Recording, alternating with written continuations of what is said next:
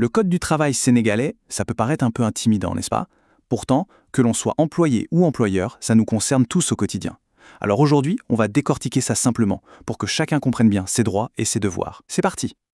On commence par cette phrase, qui est en fait la toute première du code. Le droit au travail est reconnu à chaque citoyen comme un droit sacré. Ce n'est pas juste une belle formule, c'est vraiment la pierre angulaire de toute la loi. Ça veut dire que le travail, c'est bien plus qu'un simple moyen de gagner sa vie. C'est une question de dignité. Gardons bien cette idée en tête, parce qu'elle va éclairer tout le reste. Et juste pour être bien clair, tout ce qu'on va voir ensemble, ça vient directement du texte officiel. La loi numéro 97-16. C'est notre seule et unique référence pour garantir que l'information est la plus juste possible. Alors, voilà notre feuille de route. On va suivre un parcours assez logique. On commence par ce fameux principe du droit au travail. Ensuite, on verra le contrat, puis la vie de tous les jours dans l'entreprise. On abordera aussi la fin du contrat et on terminera avec la sécurité et les contrôles. Première étape donc, le droit au travail. Avant même de parler de contrat, de salaire ou d'horaire, le Code pose cette question fondamentale. Au fond, quelle est la place du travail dans la société sénégalaise?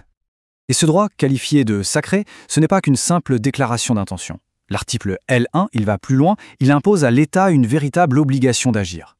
L'État doit activement s'assurer que tout le monde a les mêmes chances, peu importe son sexe, son origine ou sa religion. C'est une lutte active et permanente contre la discrimination. Bon, après les grands principes, on passe au concret, au document qui matérialise tout ça, le contrat de travail. C'est vraiment la feuille de route qui va définir les règles du jeu entre un employeur et un employé. Alors il y a principalement deux grandes familles de contrats. D'un côté, le CDI, le contrat à durée indéterminée. Ça c'est la norme, le contrat par défaut, celui qui est fait pour durer. Et de l'autre, on a le CDD, le contrat à durée déterminée. Lui, c'est l'exception. Il a une date de fin et la loi encadre très strictement son utilisation et sa durée. Mais attention, un contrat, ce n'est pas qu'une simple signature. Pour qu'il soit valable, il faut absolument 4 piliers. Le consentement libre, la capacité juridique de signer, un objet clair, on doit savoir précisément pour quel travail on s'engage, et bien sûr, un but légal.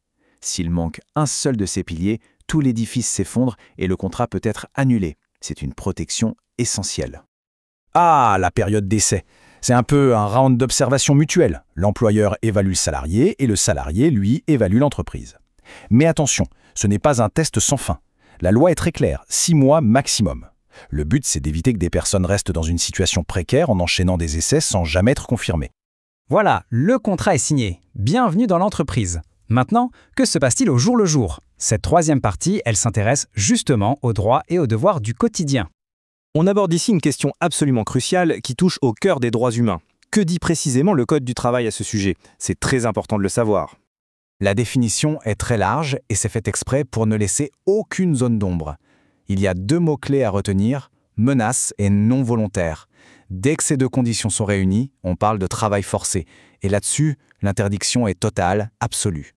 Par contre, la loi précise aussi ce qui n'est pas du travail forcé. Par exemple, le service militaire, ou encore des obligations civiques, comme participer à un bureau de vote, ou le travail en cas d'extrême urgence, comme une catastrophe naturelle. Le point commun de toutes ces exceptions, il s'agit toujours d'un service rendu à la collectivité, et jamais pour le profit d'une personne ou d'une entreprise privée. En plus du travail forcé, un autre grand principe de la vie au travail, c'est la non-discrimination. L'employeur a l'obligation légale de garantir une égalité de traitement à toutes les étapes. À l'embauche, bien sûr, mais aussi pour les promotions et évidemment pour le salaire. C'est une vigilance de tous les instants. Parce que la vie, ce n'est pas que le travail, le Code cherche un juste équilibre. La durée légale du travail est donc fixée à 40 heures par semaine. Et en contrepartie, la loi impose un repos d'au moins 24 heures consécutives chaque semaine. C'est un droit non négociable.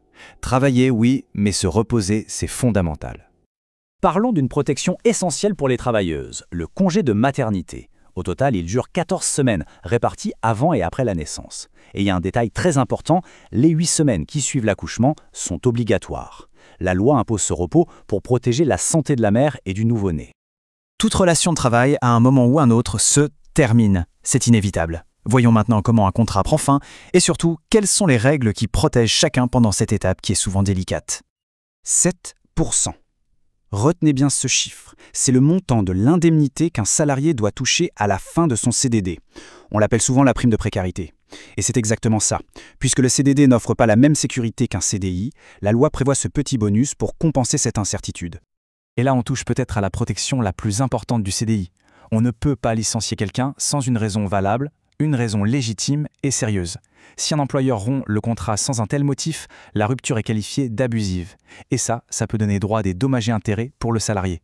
C'est un véritable bouclier. Avoir une loi, c'est une chose.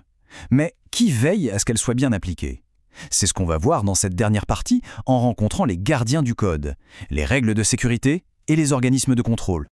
La sécurité au travail, ce n'est pas une option, c'est une obligation de l'employeur. Il est directement responsable de la santé physique et mentale de ses employés. Et ça couvre tout, la propreté des locaux, la sécurité des machines, l'organisation des secours, la prévention des risques, c'est très large. Et pour s'assurer que toutes ces obligations sont bien respectées, il y a un gendarme, un arbitre principal, c'est l'inspection du travail. C'est l'administration qui représente le bras armé de la loi sur le terrain. Et pour que ce contrôle soit vraiment efficace, la loi donne aux inspecteurs des pouvoirs très étendus. Ils peuvent entrer dans n'importe quelle entreprise, à n'importe quelle heure du jour ou de la nuit, sans prévenir. C'est une mesure très forte qui montre bien à quel point le respect du code est pris au sérieux. Et on termine sur cette réflexion, parce qu'une loi, même la meilleure du monde, elle ne vit que si elle est connue et appliquée. Connaître ses droits, mais aussi ses devoirs, c'est la toute première étape. C'est cette connaissance qui permet collectivement de rendre le monde du travail plus juste et plus sûr pour tout le monde. Le code donne les outils, à chacun de s'en saisir. Merci pour votre attention.